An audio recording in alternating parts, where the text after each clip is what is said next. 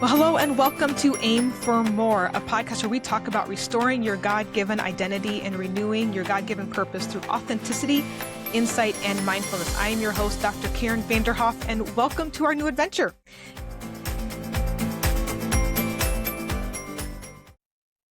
Well, today we are talking about desired future. That might sound like a strange phrase, but I wanted to talk about this because I think it's one of the biggest reasons why people end up coming into my office. See, here's what happens. We end up just living by default and being in automatic mode instead of being intentional and living by design. When I say desired future, what we're talking about is a clear direction for who you want to become and a very clear direction of how you want to live. And so many of us don't really know what we want, and we haven't really clearly thought about it. And so again, we just go into living automatically. And what happens is life starts to happen to us instead of us happening to life. So we find ourselves in these places of sadness, anxiety, and maybe more importantly, just discontent. We have a hard time putting our finger on why we're not happy, why we're unsettled, why our relationships are not what we wish they were, why our career isn't where we wish it were. How about this one? We wonder why our health can't get ahead. And it's because we end up without meaning to, just going through the motions.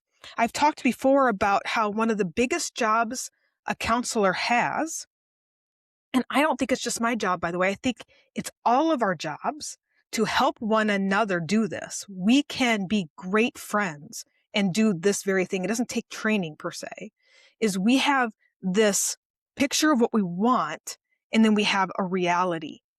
And sometimes we don't know what we want, but a lot of times we have this idea of a desired future. And when reality doesn't match that, we just kind of become defeated and we start to spin our wheels like a hamster. And a good counselor, a good friend will help somebody accept reality and not give up their desired future picture, but identify a very clear step towards that desired future. And so very often the first step in therapy is asking a client, what do you want? So I ask you, what do you want? Dr. Amen, who again is one of my heroes in the field, so much so that I became a brain health coach with his organization. I love the work he's doing. You can check him out at amenclinics.com, and he's all over socials. He's a great resource. And this is what he challenges all of his patients to do so that they can make the changes necessary to have healthier brains and a better future. And for him, he calls it the one-page miracle. Here's what it entails. It's a series of questions that simply ask, what do you want? What do you really want? And then he lays out some categories. What do you want in your relationships? What do you want financially? What do you want in your career? What do you want in life? And being as specific as possible in answering that question. What do I want in health? What do I want in my marriage? What do I want with relationships with my kids? What do I want regarding my free time? What do I want in my career? Being very, very specific. I want to be promoted within 3 years. I want to lose 20 pounds. I want my marriage to feel stronger than it has last year. And again, to be as specific as possible. So instead of I want stronger, maybe I want us to communicate better with regards to finances. I want us to get on the same page regarding parenting. I want to learn how to offer my spouse more grace. I want to meet 2 new friends this year. Being as specific as possible about what do you want. And it sounds so simple. But defining a desired future can be challenging because I think we stop dreaming. We used to dream. Do you remember being in kindergarten? And one of the first assignments that we typically get in kindergarten is, what do you want to be when you grow up?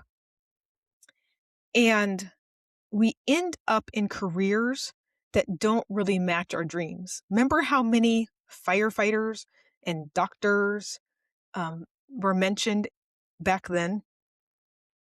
My nephew's dream right now is to be a plumber. I love it because they've had to have the plumber over to their house, and he sees that guy as such a kind man. It's lovely, and frankly, it's a good career. So I wouldn't mind if he became a plumber. Um, he's gone through the police officer phase because the police officer in their small town is an incredible friend to the children. My niece and nephew, who are in school, still are dreaming. At some point, we stop. I'm not sure when exactly. It probably varies for all of us. But at some point, we stop dreaming and we just start accepting whatever life hands us. And I gotta ask, what kind of future do we really want? What kind of future are we actually building? We just drift into our habits. We drift into our thoughts. We drift into decisions. And the truth is, we don't accidentally wake up with the life we didn't dream of. We don't just accidentally end up somewhere else. What happens is we stop dreaming and we don't define our desired future. And so it defines itself for us. A desired future is intentionally living toward the life you want, not just accidentally settling for the life you have. That's what brings people into my office, is that they wake up and realize the life they have is not the life they want. So we need to dream again. We need to start to ask ourselves, who do I want to become? Again, relationally, in my spiritual life, in my physical health, in my career. What kind of relationships, faith, health, purpose am I working towards? Because once I define the future I want, once I start to dream again, then I can actually start to take steps towards that desired future. This is much harder than it sounds. You know, simple and easy are not the same thing. So what I'm proposing is pretty simple. Define your desired future. Put some words around the future you want, the reality you'd like to have someday, and then take steps towards it. Simple. You know what else is simple? Losing weight. Just eat less and move more, right? It's not easy, is it? Hasn't been for me. Simple and easy are not the same. And that's why a lot of times we need some help. We absolutely need some help. That's okay. Here's one of the themes you'll see pop up in this podcast over and over again, that we are not meant to do life alone. Community is essential to having a healthy life. If you're not sure what your dreams are, maybe somebody in your community can help. But again, I challenge you, what do you want? And let's lay out some categories. I've alluded to them, but I want to challenge all of us to consider, what does health look like for me in some big areas? What does it look like for me to have health relationally? Because a problem for many of us is that we don't have the community we need to support us in moving towards our desired future. What does health look like for me spiritually? Whether you believe in Jesus like I do or not, we all have a spirituality, and we all need to consider what we believe about life after death, and about the world, and aspects of life that are mysterious and that we don't understand. So relationally, spiritually, emotional health. This is something that I think we tend to believe people either have or don't. And my entire career is built on the belief that I can teach you how to handle emotions more effectively. And that if you feel depressed, that doesn't mean you have to feel depressed the rest of your life. And if you've always dealt with anxiety, it doesn't mean you always have to deal with anxiety. That there are new depths of emotional health available to you. And physical health, something that I've gotten more and more passionate about as my career has gone on. I've always struggled with my physical health and with weight.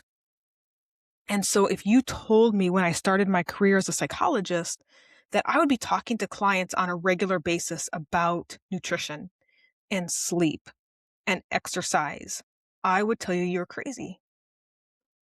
I would tell you I'm wildly unequipped to help people improve their physical health.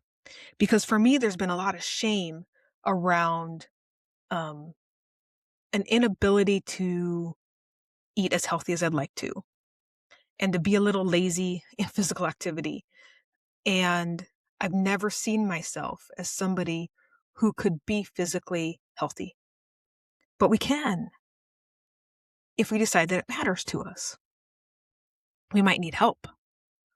So relationally, spiritually, emotionally, physically, I believe if you get healthy in those 4 areas, you're going to see your career flourish. You're going to see your marriage flourish. You're going to see your finances flourish. You're going to see every area of your life improve. One of the things that happens in our medical world is that we silo. So we see all these specialists, and I am so thankful for the expertise that specialists bring us. But we are whole integrated people, and we need to remember that. So when I have unhealth in one area, it's going to bleed into others. And the good news is if I gain health in one area, it bleeds into the others.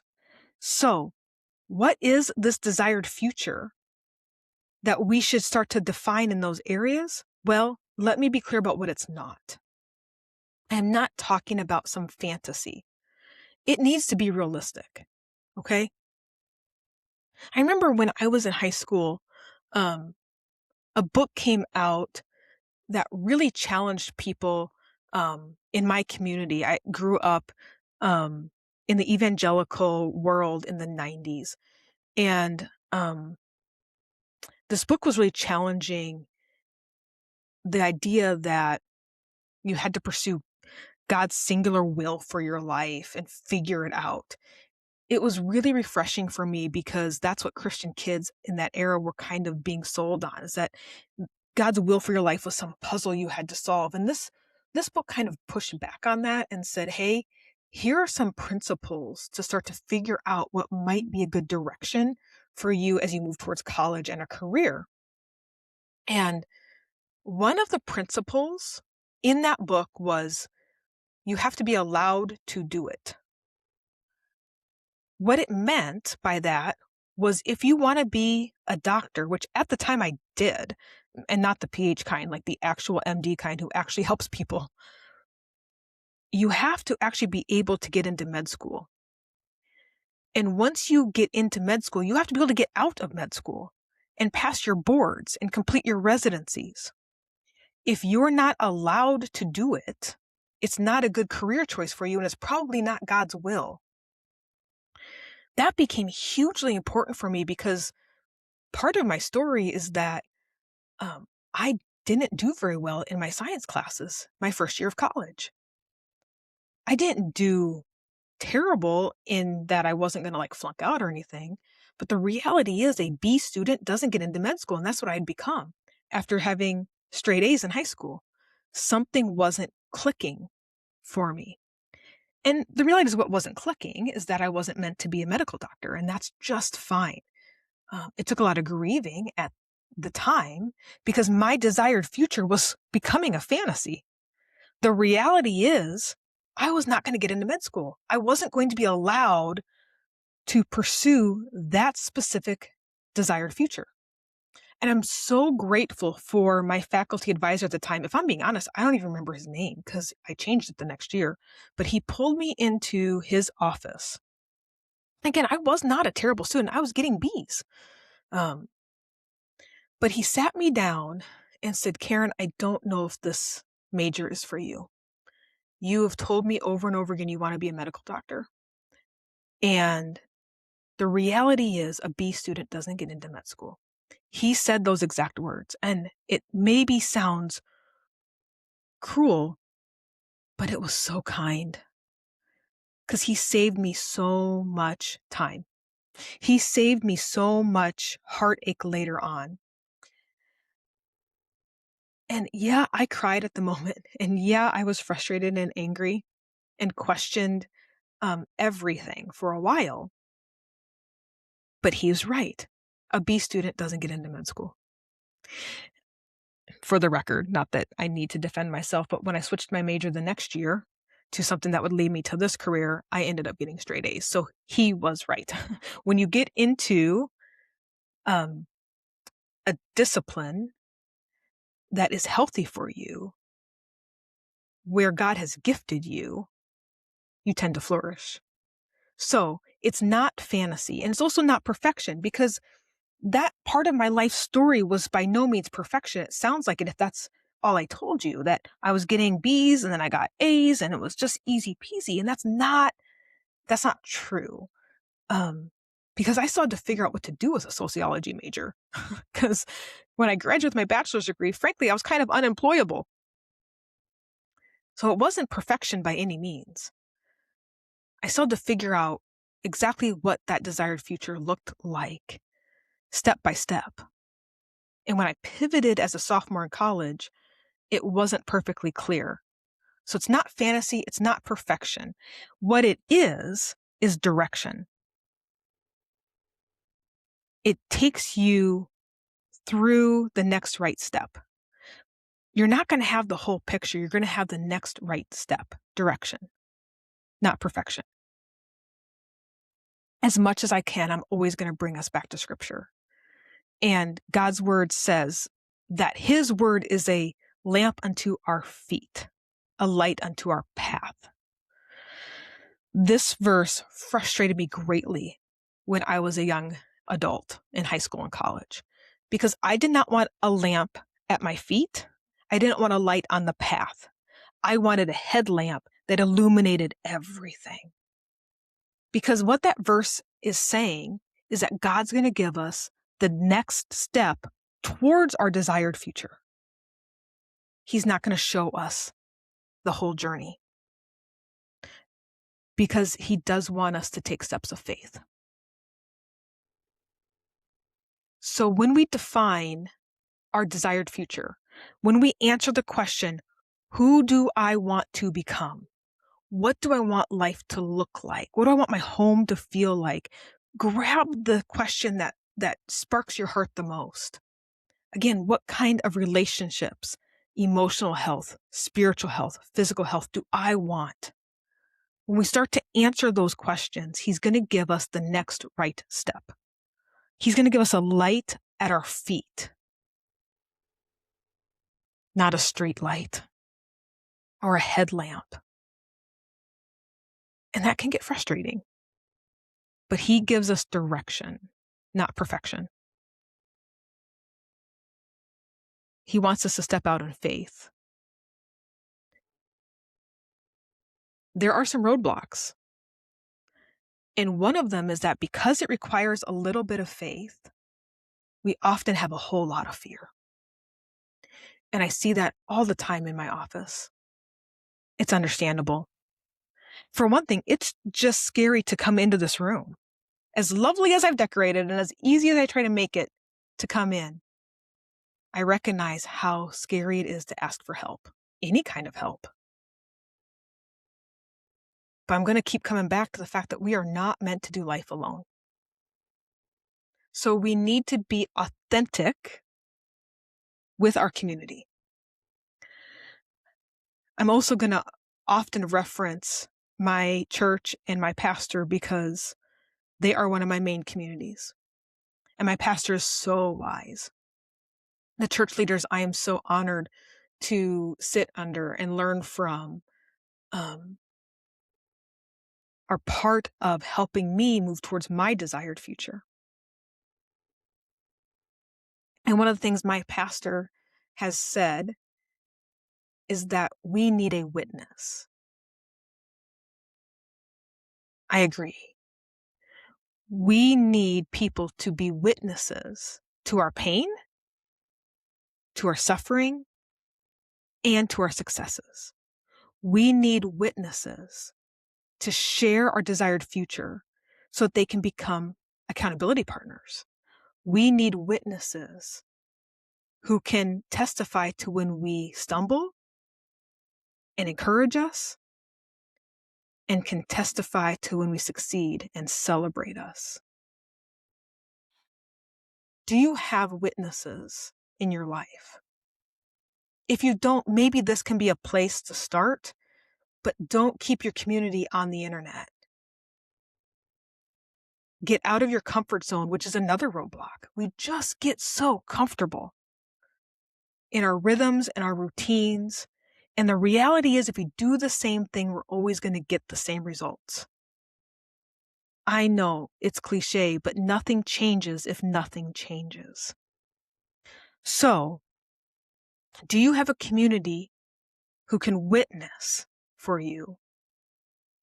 And have you gotten just too comfortable with the life you have? And that's preventing you from having the life you want. So maybe your first step is to get out and create the social support network that you want, because it is up to you. I told a client the other day that unless they want to try to become friends with a pizza delivery person, they probably need to get out of their four walls and into the community to pursue the friendships and the relationships they desire. So common roadblocks: fear, because it takes faith, and comfort, because change is hard and we don't like discomfort, and change is not comforting. Change is disorienting. We also tend to have victim mindset, and that can really prevent us from moving towards our desired future. I've said it before, but it's worth saying again. Look, we are all victims in one way, shape, or form at some point in our lives. Some of the people who come into this office, the ways they've been victimized would be too much for a Hollywood movie, right? I have the distinct honor and privilege to work with people who entrust me with their stories of abuse, their stories of suffering that are just honestly sometimes unimaginable. When I say we have to have victor mindset and take ownership of our story, that is not victim shaming or blaming. Things that happened to you when you were a child are not your fault.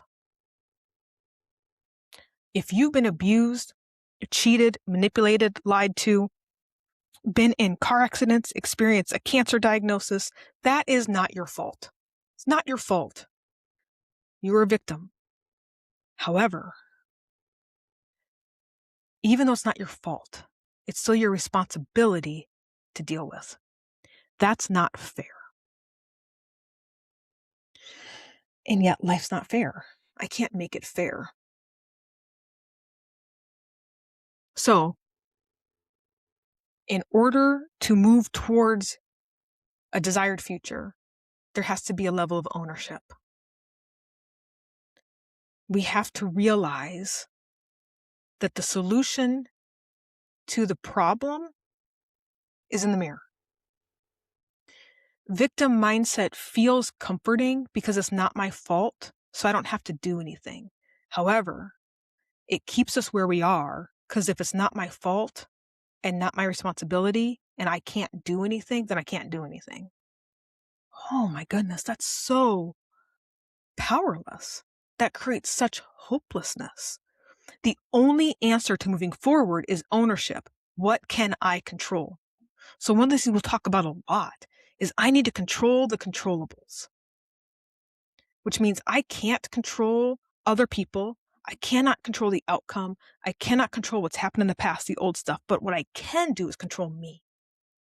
I can control my reaction to my feelings. I can control my attitude, and I can control my behavior. Those things are on me. And that's heavy, but it's also empowering. I can take ownership of the ability to control the controllables with the help of my community, keeping me on task, keeping me on target, encouraging me along the way. I, for a short time, took up running. I'm a terrible runner. But what I found was that the running community is so beautiful. I kid you not, here's how bad I am at running. My very first race ever, I was beat by someone in their 80s, and I was beat by somebody who was 8 months pregnant. Terrible. The person who was 8 months pregnant finished the race, ran back, and finished the race again with me. Bless her heart. But I bring this community up because this is the way we should be with one another. They did not lie to me and tell me I was good, and I did not get a medal. What they did was encourage me where I was at and told me that if I kept working, I could get better. And I did. So fear keeps us from moving forward. Comfort keeps us from moving forward. Victim mindset keeps us from moving forward. How about this one? Sometimes we want to feel ready. I'm just not ready yet to make a change. How about this? I'll stop eating sugar on Monday. I'll start working out on Monday. January 1st, and all of the New Year's resolutions, right? You're not going to feel ready. You're not going to feel ready. You're never ready to have kids. You're never ready to get married. Not really. You're never ready to ask for a promotion. Now, there's a wise and discerning time to do those things. But if you're waiting to feel ready, you're going to be waiting a really long time. Because what we're trying to do there, usually, is avoid hard. So I've said this before, and I'm sure I'll say it again, that in these situations, we have to choose our hard. Changing and moving towards our desired future is really hard. But staying where we're at is its own kind of hard.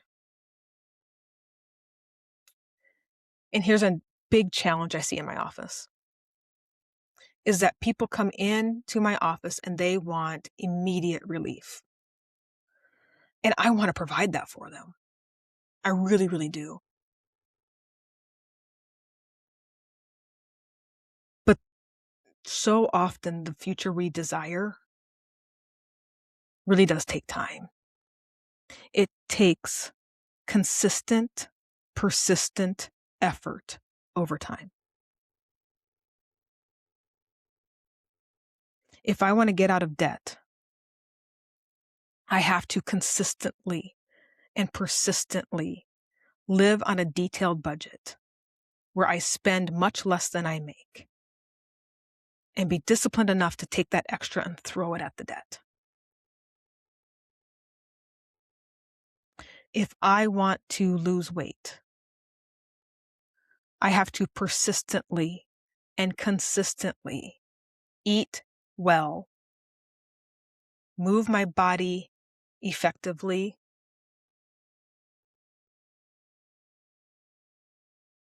and it takes time that I usually don't want to wait for. I want immediate.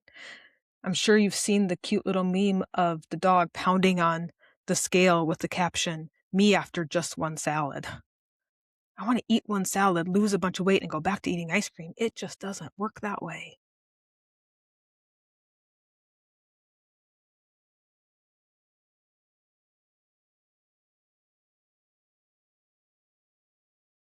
People come into my office and they want to feel less depressed tomorrow, less anxious tomorrow after years and years of feeling that way.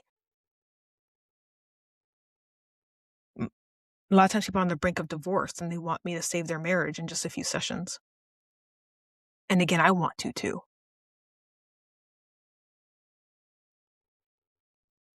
But very few things that are worth having in life are quick fixes.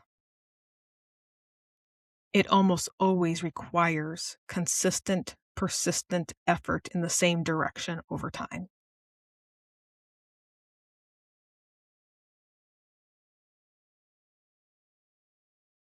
And so when people come into my office, my first question is often, what do you want to get out of therapy? Y'all are not my clients, so I'll ask it a little bit different way. What does your desired future look like? And then practically, here's what it looks like.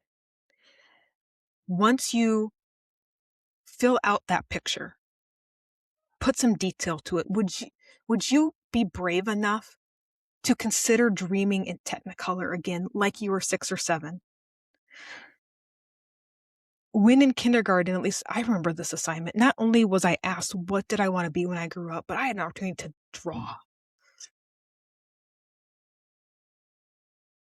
Dare to put pictures to the desired future you want. And then ask yourself these questions. What is one next right step?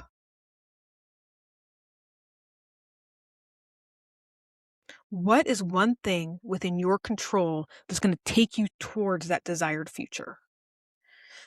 The habit, the step that you take should align with the future you say you want. And that's why Dr. Amen calls this exercise the one-page miracle.